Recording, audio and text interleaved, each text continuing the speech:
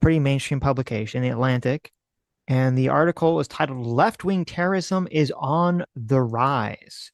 For the first time in more than 30 years, attacks by the far left outnumber those by the far right. So this is good because most people will only ever look at a headline of an article. They'll never actually read the article. So simply just having the headline put that out there from a non-right wing source, okay, from a more lefty or more centery publication will make it pierce the bubble somewhat into saying, okay, there is actually something going on here at this moment. So it Right. says, the article says, no matter how hard ideologues try to exclusively blame their political foes for acts of political violence, the truth is that violent extremists today emerge from across the political spectrum. We've studied this problem, believe that our data can help illuminate an issue too often defined by partisan finger pointing. As part of a study to be published this week by the Center for Strategic and International Studies, we compiled and analyzed a data set of 750 attacks and plots in the United States from January 1st, 1994 to July 4th, 2025. Our research focuses only on incidents of terrorism, which we define as attacks or plots by a non-state actor attempting to achieve a political end and exert a psychological influence on a broad population. Among other details, the dataset includes the types of weapon used, the intended targets, and the number of fatalities and ideologue of the perpetrators. So I already don't like the framing of terrorism here. Or rather, I do think that there needs to be information on not just terrorism, but like if someone does an attack on someone because they're politically motivated or because they don't like that person for some political ideology. Like if some random person, I don't know, walks by and they see a person with a MAGA hat on and they decide to attack them just because they have a MAGA hat on. Um, does that person have some idea in their mind of like, oh, I'm trying to create some sort of psychological influence? No, maybe not. Maybe they just, were motivated by some political philosophy. They go, oh, I hate Trump supporters and they attack him, right?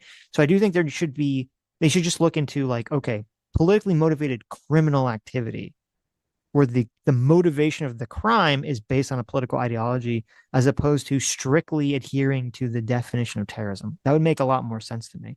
And also, because under this definition of terrorism, I think a lot of the BLM riots and stuff do not fall at all in any of this research because of how terrorism is defined. Because they say, oh, well, riots are just they're just people that are just angry, that are just mad, blah, blah, blah, blah, blah. It's like, okay, but if people are mad or angry because they believe some political ideology and then they do something crazy for it, that should still be part of the metric. That should be something that we can look at and look and say, oh, okay, well, obviously we can see where the problem areas are.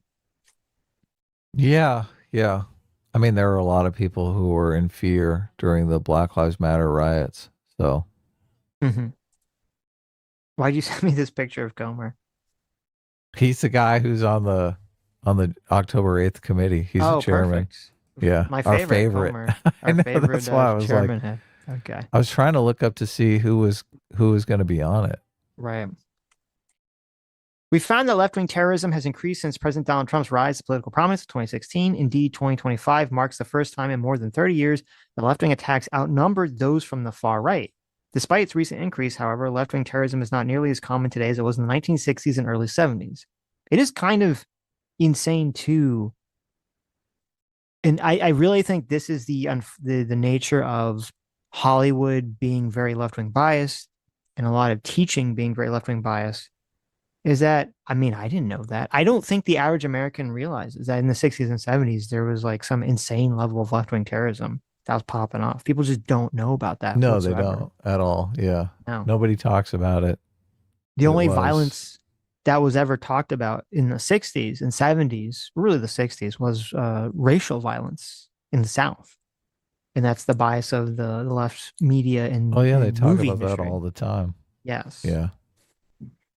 Those years marked the height of groups such as the Weather Underground and the Symbionese Liberation Army, best known for kidnapping the newspaper heiress Patty Hearst.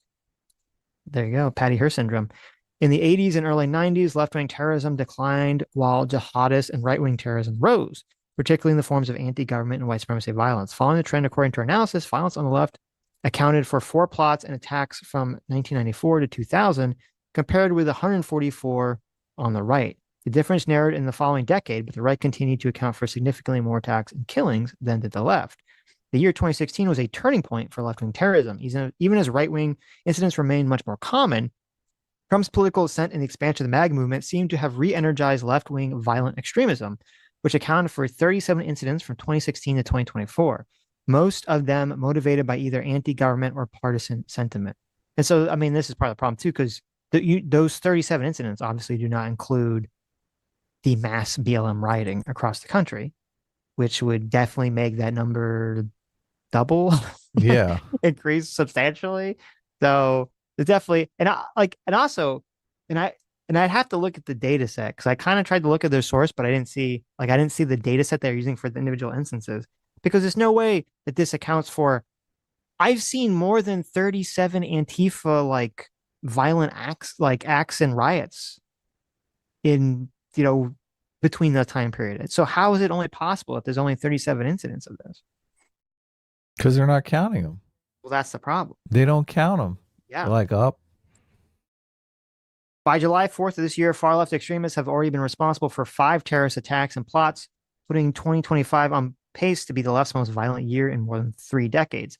On July 4th, for example, law enforcement officials say that an assailant shot and wounded a police officer who was responding to reports of disturbance at a U.S. Immigration and Customs Enforcement detention facility in Texas. Meanwhile, another alleged assailant fired at ICE correctional officers. Authorities apprehended 14 suspects who now face federal charges, including the attempted murder of federal officers and fire-related offenses. Details now, and this is crazy too, because people now they know about this guy who shot the ICE facility, but these other instances I don't think were really discussed that much in the mainstream. And I don't think if you ask most normie people that they'd even be aware that these happened. I think if I asked my parents about this, they would not have any awareness that these incidents occurred. And my dad follows the news very closely, but he follows kind of the more mainstream left news. Where they're hiding all that stuff. Right. Yeah. Details about Kirk's alleged killer are still emerging, but preliminary evidence indicates that he had a left-wing motivation and could add to this year's tally, that would add. And then obviously also the ICE shooter. But they stay away from the riots, obviously, because they're like, oh, wow, that's massive violence. We don't want to get the numbers out of hand. This is just one person, and one person died. In many cases, characterizing the ideology of a perpetrator is difficult, if not impossible. Some extremists pick from a salad bar of ideologies. As former FBI Director Christopher Wray once said, many of which don't fit into traditional right-left dichotomy. In other instances, such as the 2011 shooting of the Democratic Representative Gabby Gifford, the perpetrator's beliefs are so muddled that even calling them political exaggerates their coherence, despite the fact that they target a political figure.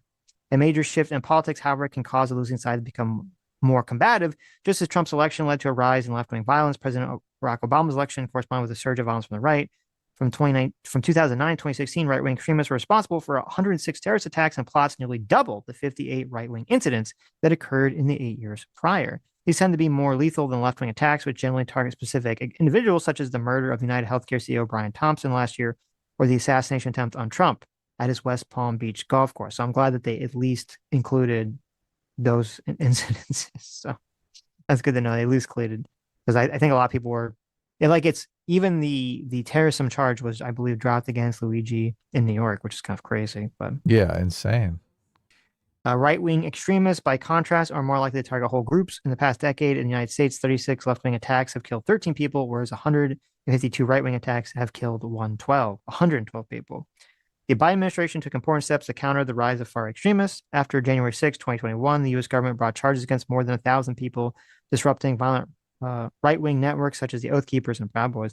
Yeah, if they're going to include January 6th riot as right-wing ironic, violence, isn't it? Right. If you're going to consider that as right-wing violence, then you 100,000% have to include the BLM riots as left-wing violence. Otherwise, it would make absolutely no sense.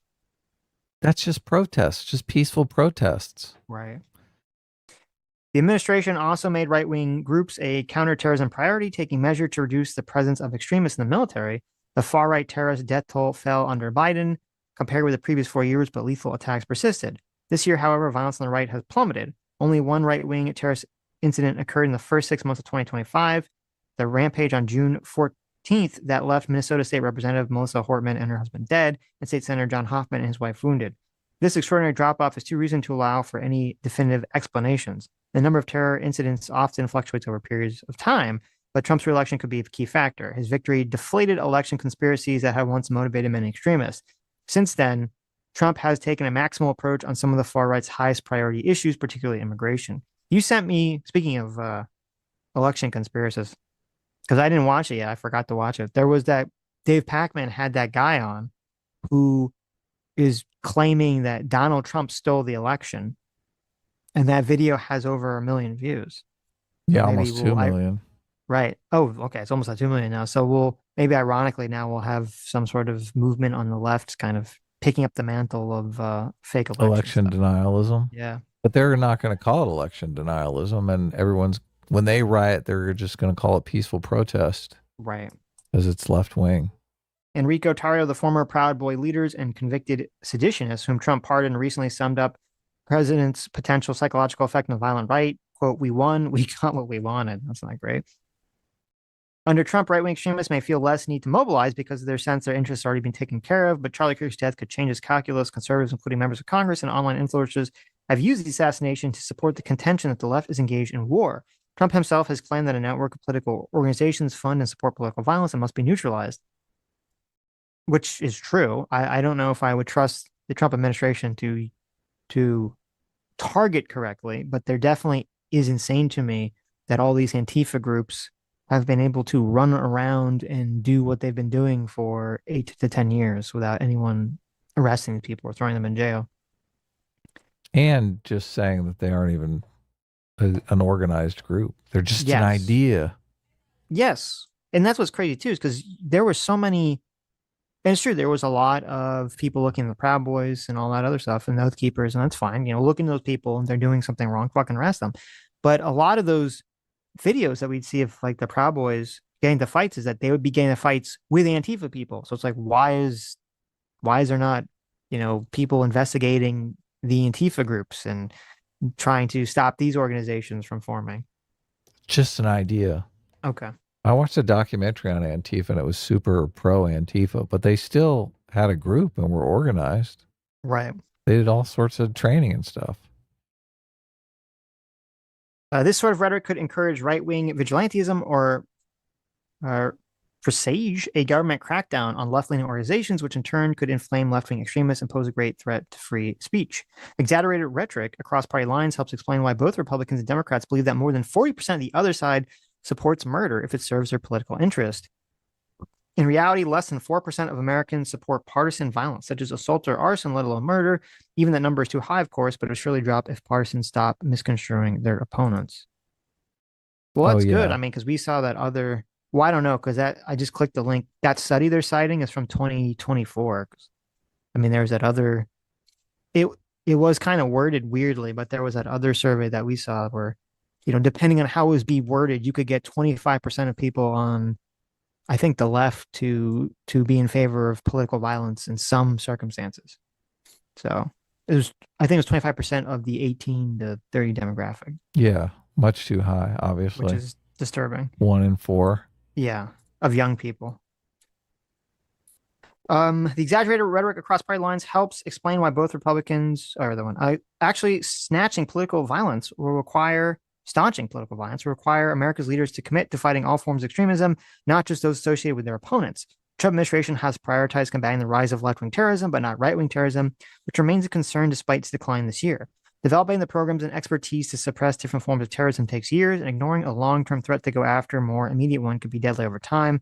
Condemning all political violence, especially when it emanates from one's own side or targets one's opponents, is also an important means of breaking the cycle of distrust. Many prominent Democrats have done this since Charlie Kirk's shooting. So did many Republicans after the assassination of Portman and the attack on Paul Pelosi in 2022. Still, both sides need to improve, as evidenced by some left-wing celebrations of Luigi Mangione, the alleged killer of Thompson, the healthcare executive, and the failure of some conservative leaders to expressly condemn white supremacists, Portman's assassins, and other violent extremists. Utah Governor Spencer Cox has served as a model in unequivocally denouncing extremism, which makes them outcasts instead of heroes. Cox describes Kirk's killing as an attack on all of us, and he offered a simple exhortation that would benefit both sides, particularly in moments like these when violence can spiral, disagree better. So this is why, and I don't think most people read this article, but again, the headline is great. That's very important. Most people will only see the headline. So I'll, break through maybe some of the sort of normie news bubble. But I think I don't agree with like the framing. A lot of the body of the article, a lot of the body of the article is very tepid or kind of, it is, both sidesy. Yeah, It's, I was going to say it's, that. it's annoying because on one hand, like I understand, like ideally, I think the left's response to Charlie Kirk's assassination, the ICE shooter, and all this other stuff. And I mean, we don't know what's going on with this recent situation with the church, but I think broadly the left's response not only to denounce the violence, but should just be to unequivocally say we 100% denounce the people that are cheering this on. These people are disgusting scum, and we need to throw them out, get them the fuck away from our movement. Fuck these people with all of our hearts and souls. Okay, we don't stand for any of that, and that should be like the end of the statement. Period. Just leave it like there. But because of this, we exist in this like weird political environment. No one ever wants to give the other side any sort of win whatsoever. Like it just, and I like, and you know this, Adam. You feel this. We all feel this. It's like when there's someone that we don't like, it like causes emotional, physical pain for you to ever possibly give them something that they would perceive as a win at your expense. Yeah, yeah, you don't want to do that. It just, Fuck yeah, and them. it's, yeah, you're just like, it disgusts you on this primal level. And if you want to have free will and if you want to be a moral agent and want to be the moral person, you just have to ignore that and do what is right and not let that control you. And This so, is a completely different situation for me though, because mhm, I'm not a partisan. I don't want to stick it to Democrats. I don't want to stick it to Republicans. I get in that situation when it's an individual person that I feel like has wronged me. right, right, I'm definitely out to get them because I want to get even, right? I got to of course. even the scales of justice. But this, so many people are just they get involved in this partisan politics and it just rots their brain. They Yeah, don't want to see any. Their whole goal is to protect the reputation of Democrats and to savage the reputation of Republicans. And it's bullshit. It's a stupid game. I don't like it. yeah, 100%. In the appendix, it says what is excluded from the study. Okay. Oh, yeah, this should be good. Right. So now keep in mind, This should be good. even with excluding all of this, they still have this year, there's still the left-wing violence has outnumbered the right-wing violence. Or I'm sorry, terrorism, because they're specifically terrorism, not violence, which I think is a problem. It says this analysis excludes a number of incidents that further contribute to the perception of an increase in left-wing violent activity in 2025. Different definitions and coding might legitimately include these, but the explanation below details why they are excluded from this data set. So they're saying there's a lot of things that they excluded that would have made the number even bigger.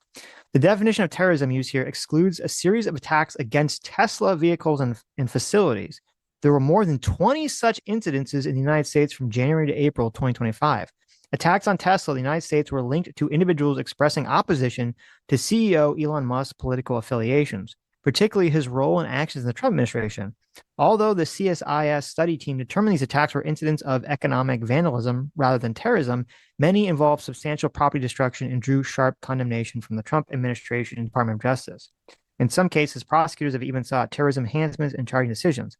Although excluded from this data set, these highly publicized incidents attracted significant attention and reinforced the perception of escalating left-wing violence in 2025. So I'm glad that they say that at the end there, that it's reinforcing the perception of escalating left-wing violence. But how could you, like, it is kind of fucking crazy. You're not going to include, this is what I'm saying, like this, having it be terrorism is fucking stupid, as opposed to just being violence or crime that is perpetuated because of a political ideology. That is the motivation. Because how could you not include the 20 incidences of people attacking Tesla facilities specifically because they're motivated by a left-wing ideology against Elon Musk and the Trump Yeah, that's administration? totally ridiculous. It's And totally I mean, insane. you can frame it as terrorism. I don't know the specific definition of terrorism. I think you read it a second ago. But they're doing it because they're trying to make you not buy a Tesla. They're trying to make you afraid to buy a Tesla or to own a Tesla. Yes. So, Which I don't even know. Yeah, 'cause according to your definition, I don't even know how this doesn't include that. It says this analysis defines terrorism as a deliberate use or threat of premeditated violence by non-state actors with the intent to achieve political goals by creating a broad psychological impact. How does yeah, that they not want include Tesla the? to go out of business. They want to Yeah, bring the stock price down. They want to do all kinds of things. how does that not include that? Doesn't make any sense at all. And I Yeah. think that that would, if they did include that, that would, I think, double the already increased left-wing violence numbers if they included that. So this is why even with them saying that the left-wing violence is the highest point this year than anything else, it's still massively, I think, underreported. There were three high-profile terrorist attacks in the United States in the first half of 2025, motivated by the conflict between Israel and Palestine. These include the April arson attack Oh on yeah. Pennsylvania Governor Shapiro's residence, a May shooting that killed two Israeli embassy staff in Washington, D.C., and a June firebombing of a pro-Israel solidarity walk in Boulder that injured 15 demonstrators.